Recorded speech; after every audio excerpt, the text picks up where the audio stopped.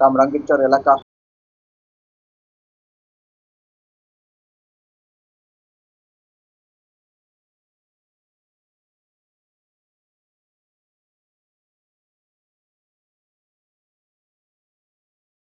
কালে কুখ্যাত শফিক বাহিনী এবং তার কুখ্যাত শফিক ডাকাত এবং তার বাহিনীর সদস্যরা অতর্কিতভাবে তাদের উপর আক্রমণ করে, তাদেরকে আটক রেখে অমানসিক নির্যাতন করে। পরবর্তীতে অন্যান্য র্যাব সদস্য এবং গ্রামবাসীর সহযোগিতায় আমরা তাদেরকে উদ্ধার করি এবং নবীনগর স্বাস্থ্য কমপ্লেক্সে তাদেরকে চিকিৎসা দেওয়া হয়।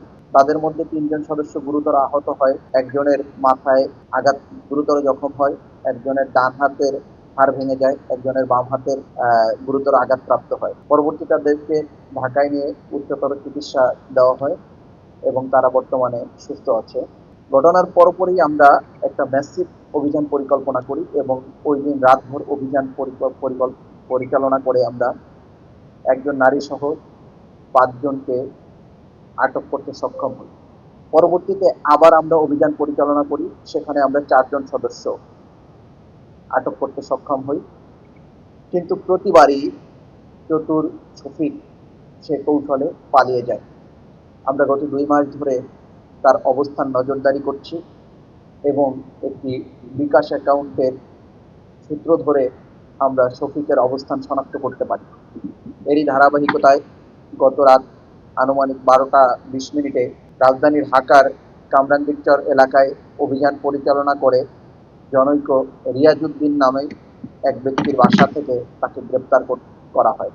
আপনারা সকলেই অবগত আছেন, কুখ্যাত শফিক ডাকাত ইতিপূর্বে পুলিশ সদস্যের উপর 2বার আক্রমণ করেছিল, 2023 সালে একবার, 2024 সালে একবার। তখন একজন নবীনগর থানার এক এসআই এর মাথায় কোপ দিয়ে গুরুতর আঘাত করে। আমরা প্রাথমিক জিজ্ঞাসাবাদে জানতে পারি ঘটনার দিন নবীনগরের শফিক ডাকাতের প্রতিপক্ষ আজম গ্রুপের মুকুল মাস্টারের বাড়িতে তারা হামলা এবং ভাঙচুর চালায়। ভাঙচুর চালিয়ে তারা কাদির মিয়ার বাড়িতে অবস্থান করে। তখন তারা জানতে পারে যে র্যাব সদস্য আসতেছে শফিককে ধরার জন্য। সেই তথ্যের ভিত্তিতে তারা আরো জোরালো অবস্থান নেয় এবং র্যাব সদস্যদের 2টা গাড়ি তাদের ওইখান দিয়ে রাস্তা দিয়ে যাওয়ার সময় তারা অতর্কিতভাবে র্যাব সদস্যদের উপর আক্রমণ করে, তাদেরকে আটক রেখে 3 ঘন্টা আটক রেখে নির্যাতন চালায় এবং ভিডিও ধারণ করে। পরবর্তী সময়ে র্যাবের মনোবল ধ্বংস করার জন্য এবং নিজেদের শ্রেষ্ঠত্ব জাহির করার জন্য, তাদের ত্রাসের রাজত্ব কায়েম করার জন্য তারা র্যাবকে অপদস্থ করার এই ভিডিও সামাজিক যোগাযোগ মাধ্যমে ছড়িয়ে দেয়।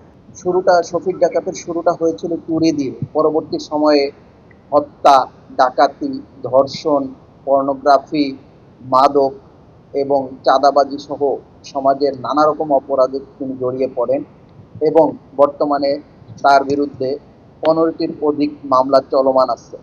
আমরা শফিক ডাকাতকে গ্রেপ্তার করেছি, শফিক ডাকাতের সহযোগীদেরকেও গ্রেপ্তার করেছি। এই মামলার আমরা 9 জন আসামি, শফিক সহ 10 জন আসামিকে গ্রেপ্তার করতে সক্ষম হয়েছি। আরো 3 জন আসামি এখনো পলাতক আছে, আমরা শীঘ্রই তাকে গ্রেপ্তার করতে সক্ষম হব।